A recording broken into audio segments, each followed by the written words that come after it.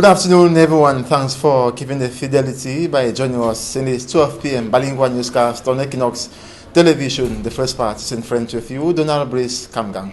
Good afternoon. Bonjour, Innocent Nazem, madame, monsieur. Merci d'être sur Equinox Télévision pour cette édition d'information de la mi-journée. Le visage radieux, le sourire inébranlable et la joie de vivre de Flo Razé nous manque depuis ce matin. Notre collègue animatrice et chroniqueuse a rendu l'âme hier soir à l'hôpital de district de Lok-Baba dans le 3e arrondissement de Douala. Flo Razé s'en est allée à notre grande surprise.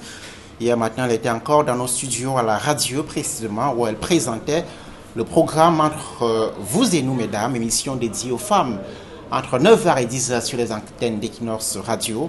Pendant plusieurs années, vous avez regardé, écouté notre collègue animatrice et chroniqueuse dans le programme 10-12, le Zénith entre 10h et 12h sur Equinox Télévision. Elle est décédée donc hier soir.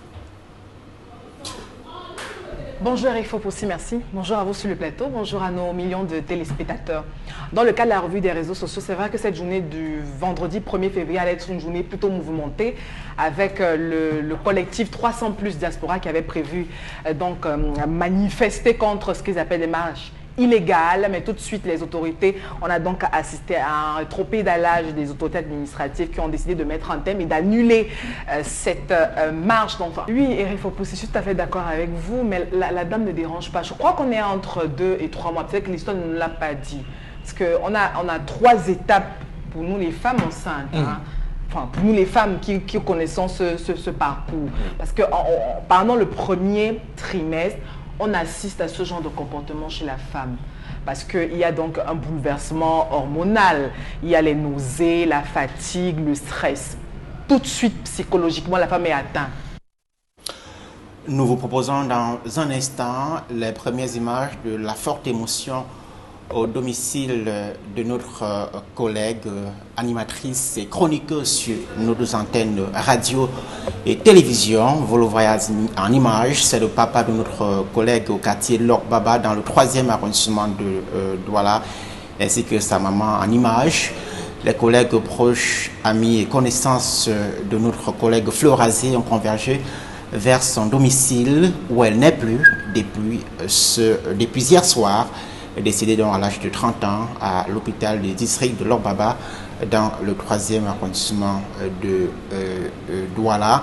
Hier, lundi, elle était encore avec nous dans nos studios, à la radio et à la télévision. Elle décède de suite d'une courte maladie. Le reste de l'actualité à présent, le gouvernement n'a pas annoncé hier de nouveaux cas de contamination au coronavirus, mais les pouvoirs publics se satisfont du nombre de 130 patients guéris du Covid-19. Le ministère de la Santé publique salue les efforts menés jusque-là par les équipes de professionnels de santé à travers le territoire national pour le suivi efficace de ces contaminés au coronavirus. Écoutez le directeur de la lutte contre les pandémies et les épidémies au ministère de la Santé publique, le docteur Georges Etonzimbala, au micro de Aïsseri à Yaoundé. Concernant le profil clinique de nos patients, tout en déplorant la perte ce week-end de certains de nos valeureux compatriotes des suites de cette maladie, je voudrais indiquer ici que le nombre de personnes guéries ne cesse de croître au fil des jours et à la suite des actions de prise en charge.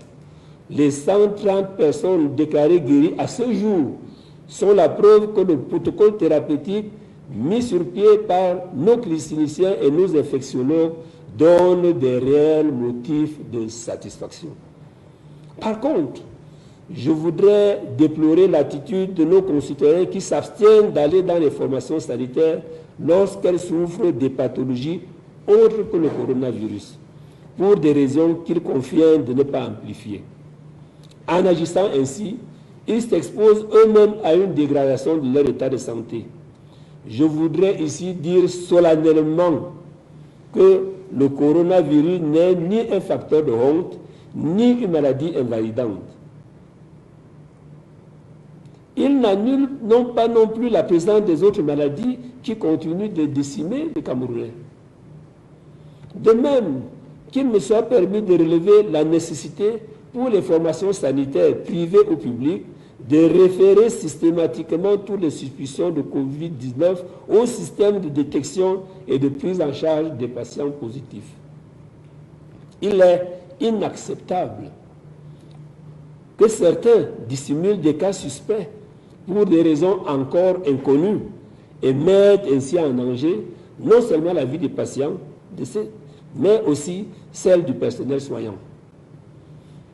De telles manœuvres sont intolérables et nous n'hésiterons pas à prendre des mesures drastiques pour les endiguer. C'est également à ce prix que nous assurerons la protection optimale du personnel de santé qui est en ligne de front dans cette bataille contre le coronavirus. Je voudrais terminer mon propos en indiquant les mesures barrières qui nous protègent et protègent la vie de nos congénères. Il s'agit entre autres porter obligatoirement le masque dans les espaces ouverts au public, se laver régulièrement les mains avec de l'eau propre coulante et du savon ou utiliser une solution hydroalcoolique, se couvrir le nez et la bouche avec un mouchoir lorsqu'on tousse, éternue, ou alors utiliser le pli du coude. Avec 830 cas et un peu plus de contaminés au Cameroun et près d'une vingtaine de décès de coronavirus, le Cameroun est devenu depuis quelques jours le deuxième pays le plus contaminé en Afrique au sud du Sahara, derrière l'Afrique du Sud et parmi les 5 pays les plus touchés du continent africain. Sur le terrain, les pouvoirs publics demandent la mise en application du port obligatoire des masques. La mesure qui vise à briser la chaîne de propagation du virus est entrée en vigueur sur l'ensemble du territoire national hier. Le port du masque est obligatoire sur l'ensemble du territoire national, notamment dans les espaces ouverts au public. Le constat à Douala de Julien Kenyonde. Une scène de vie ordinaire au lieu-dit douche municipale à Douala. Dans cet espace de forte concentration humaine, les citoyens vont et viennent, masques au visage pour certains, mais pour d'autres, pas d'utilisation de cet outil de protection contre le Covid-19. Un peu plus loin de là, nous sommes à l'école publique de Deido, une ambiance quasi similaire. Oui, ça me touche, je n'arrive même pas à respirer.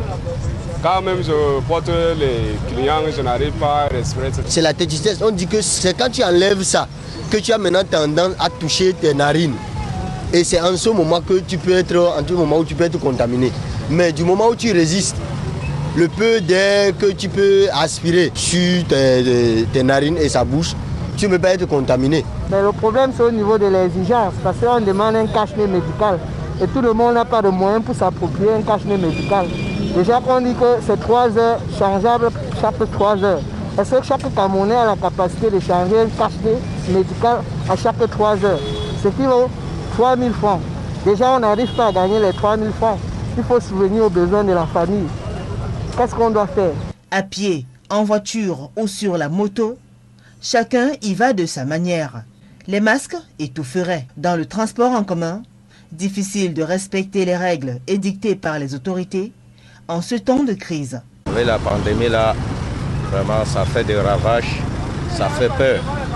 Bon. On est obligé, même si c'est étouffant, on est obligé de se protéger. Je porte juste parce qu'il n'y a pas le travail.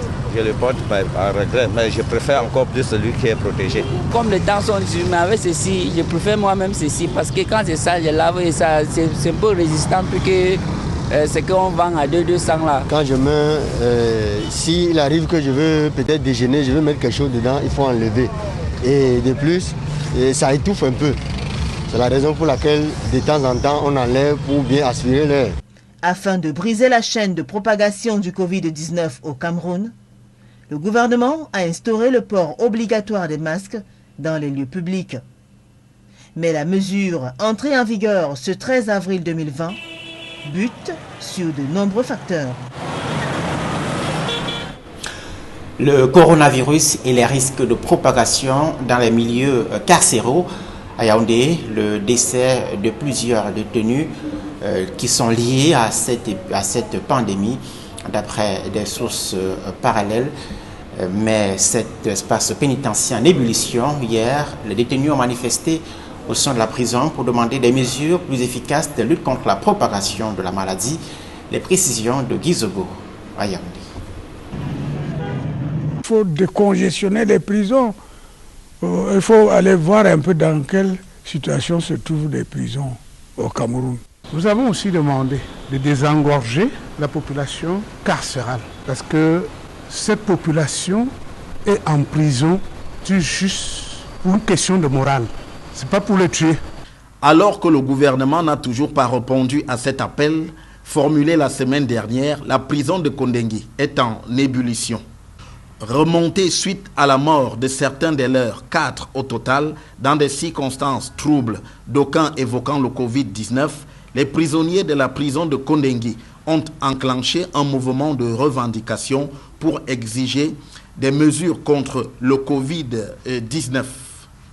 Selon des indiscrétions au sein de cette prison, c'est à la suite d'une coupure d'électricité anormalement longue que la suspicion a gagné du terrain parmi les prisonniers. Il se serait avéré que des dépouilles des détenus morts ont été extraites de ce pénitencier en ce moment. Pour ne pas arranger les choses, la distribution insuffisante des masques a mis le feu aux poutres. En réponse, le gouvernement y a déployé d'importantes forces de police et de gendarmerie pour contenir une éventuelle émeute. La presse soigneusement tenue à l'écart, interdite d'accès dans la prison pour rencontrer le régisseur, n'a pu faire le constat du nombre de morts parmi les prisonniers, tout comme leur état d'esprit. Avec cette pression des détenus de Kondengui, le gouvernement se trouve désormais contraint d'agir vite, question d'éviter de voir les prisons s'embraser dans les jours à venir. Nous signalons au bas de ce journal nouveau secrétaire général à l'Assemblée nationale. Un communiqué du bureau de la Chambre signé par le président Kavaï Djibril nomme l'ancien député Gaston Komba comme secrétaire général de l'institution. Ancien député du département d'Unkam, ici dans la région du littoral. Gaston Komba n'a pas été réélu lors des récentes élections législatives de février. Il devient le secrétaire général de l'Assemblée nationale après près d'un an après le limogeage de Désiré Geoffroy Mbok par le président de l'Assemblée nationale, Kavaï Djibril. Les fonctions de secrétaire général de l'Assemblée nationale étaient jusque-là assurées par Abdoulaye Daouda, le secrétaire général adjoint de l'Assemblée nationale. La deuxième partie de ce journal en langue anglaise avec vous, Innocent Nazer. Good day.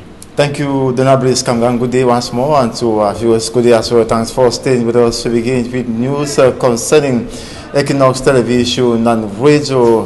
That since yesterday's morning, the death of one of his employees, Floraze, who is no more, and Floraze, popularly called Blackie, for her zeal to maintain her body complexion and remain natural in African style.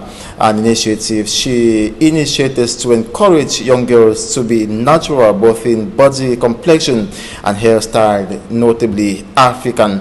To her, Black is beauty. She was part of the television program This Dose Resonates on Equinox Television. She was later tasked to present the feminist program on Equinox Radio. Entrez-vous et nous, Mesdames Floraze Christessine, at the age of 30, after celebrating her 5-year-old daughter's birthday. That was Saturday, and she was suffering. That was from a sudden stomach ache yesterday, which claimed her life. And Equinox Television this morning went to the family residence, notably at Lokbaba in the Douala 3 municipality, where the family is in grief.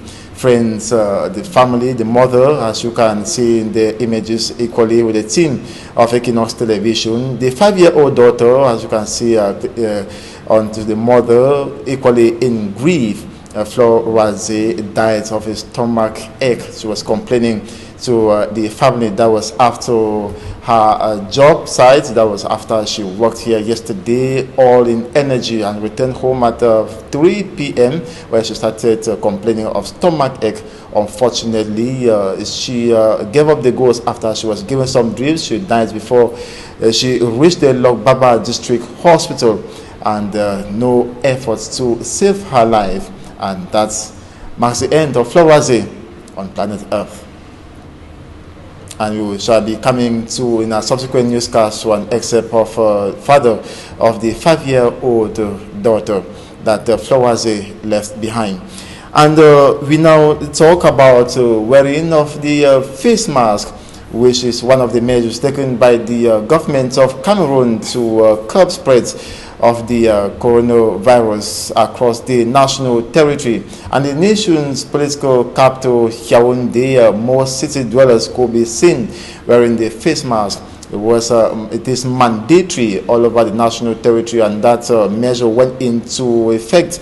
That was yesterday, and those visiting public institutions are compelled to put on the face mask, and equally crowded places. That was according to the Prime Minister and Head of Government, Chief Dr. Joseph John Gutse, one of the new several measures taken by the government of Cameroon. And meantime, the governor of the Central Region, Nasiri Paul Biya, equally instructed the city dwellers not to drop the youth face mask on the street, saying that it could be a possible source of contracting the COVID-19 by other city dwellers. Take a listen to the Central Governor, Nasiri Paul Biya, in the following excerpt.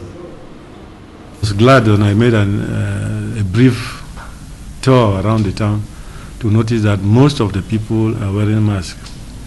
And given that most of the people who are outside go out for specific activities. And so we had already established it in our own service, but now we are happy to know that more than 90% of the population is already wearing masks, and this will go a long way to hamper the effects on the propagation of this pandemic. And equally, we want to advise those who are selling most of the locally made masks to know that they have to be able to put in place a system where people will measure just once, because when they measure and keep back and remeasure, it is already a source of contamination. Thirdly, we want to inform the public as a whole, especially not to be throwing this mask when they have used, especially the imported ones, along the gutters or the drainage or in town, because it is a source of contamination, and it can equally be a source where it will going to block the drainage of water passage in town.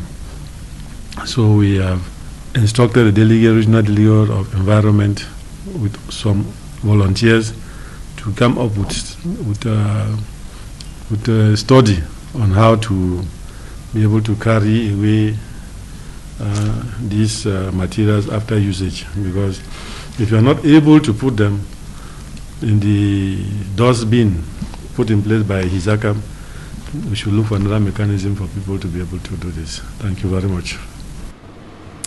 And the obligatory measure to wear face mask was equally respected in the city of Douala, according to our reporter Immaculate Fogwe, who taught some major neighborhoods in the nation's economic capital, Douala. And she says most of the city dwellers are wearing the face mask, though not the medicated one. According to them, they lack the financial means to afford the medicated face mask. They were rather switching to the use of the fabric face mask.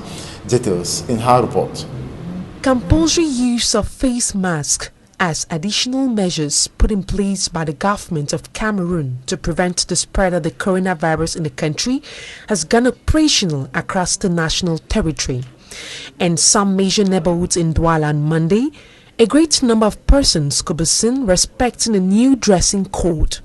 But the quality of some of the masks worn by city dwellers is questionable. It's due to the condition, but I think with this one that I have, I protect myself, so things are not moving. So for me, the little that I have, I reserve it for the fuel and also for the family in the house. So I prefer using this before seeing how things will be ahead.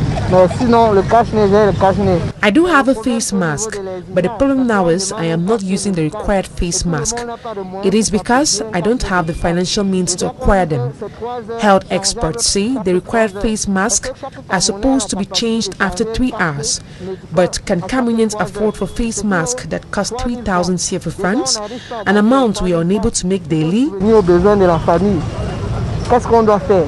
Que le gouvernement essaye aussi de trouver un moyen. The COVID-19 measures taken by the government of Cameroon, according to local inhabitants, has drastically slowed down economic activities.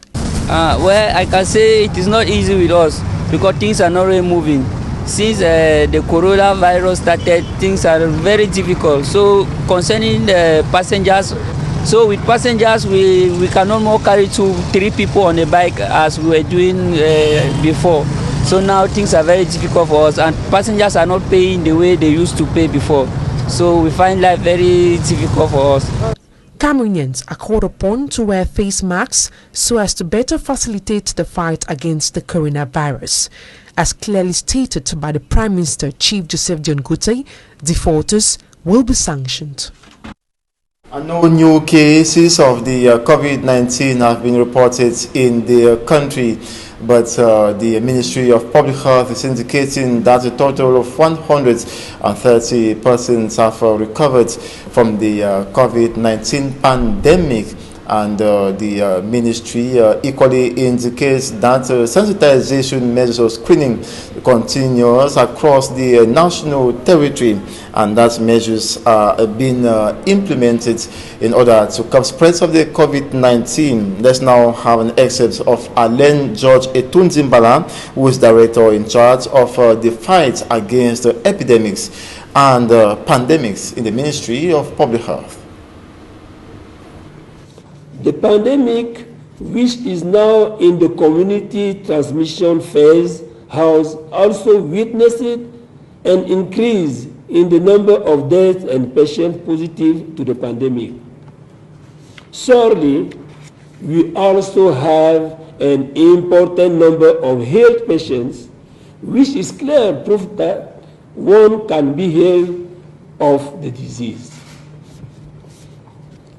Talking about the management of the epidemic, the measures taken by the Prime Minister, head of government, came into force this Monday, 13 April. They equally indicate the government resolve not to relent efforts in eradicating this pandemic, which threatens the security and health of Cameroon citizens. In line with these, screening tests should arrive in the days ahead in huge quantities to intensify this campaign and continue this with the option of active tracking of cases as containment strategy to the epidemic. It should be noted that since the reporting of the first COVID-19 positive cases, a great number of pharmacies are shamelessly increasing the price of masks and other products. Therefore, the fight against coronavirus will also be that of protecting the purchasing power for pharmaceuticals.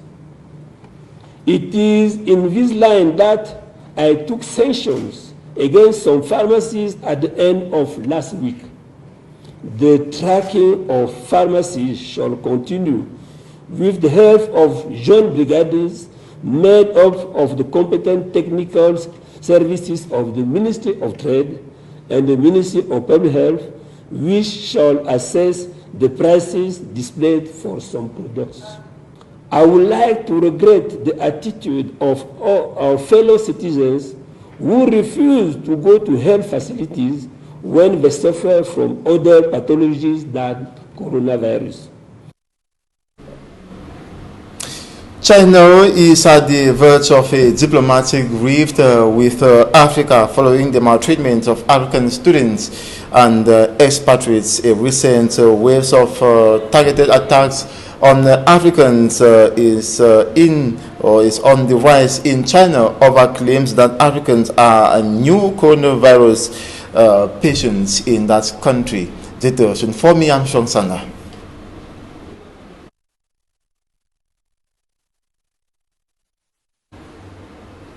Of African students and expatriates in China followed rumors that black communities had become a new hotbed for the coronavirus pandemic, especially in the Chinese southern city of Guangzhou. As the rumors intensified, Africans were being targeted in most cities in China, pulled out of their homes and mishandled by Chinese. Some of them were subjected to a forced coronavirus testing and arbitrary 14 days self-quarantine, regardless of their recent travel history. Larger numbers of African nationals were also left homeless after being evicted by Chinese landlords and rejected by hotels in most cities in China, especially the southern city of Guangzhou. Having reportedly contained the coronavirus pandemic, concerns have grown in recent weeks in China over a so-called second outbreak brought in by foreign nationals, especially Africans. Across the African continent, there is growing bitterness and anti-foreigner sentiment as images of maltreated Africans in China increasingly flood social media. The videos show some Africans harassed by police, sleeping on streets, or being locked up in their homes under quarantine in China. African ambassadors in China have written to the country's foreign ministry over what they call discrimination against Africans. Some African countries like Nigeria have also demanded Chinese authorities to handle the issue adequately. A Kenyan member of parliament in a recent outing asked Chinese to leave Kenya immediately. The fallout therefore threatens to undermine China's diplomatic effort in Africa. And that report ends this 12 p.m. bilingual newscast on Equinox Television. Thanks so much for watching. To have a wonderful day. Donna Brice, oui, bonne journée. Dino Sénazien, une très bonne journée sur nos antennes. Madame, Monsieur, le prochain journal en langue anglaise, c'est à 18h et 20h. Le grand journal ce soir sur Equinox Télévision. Passez d'excellents moments sur nos antennes.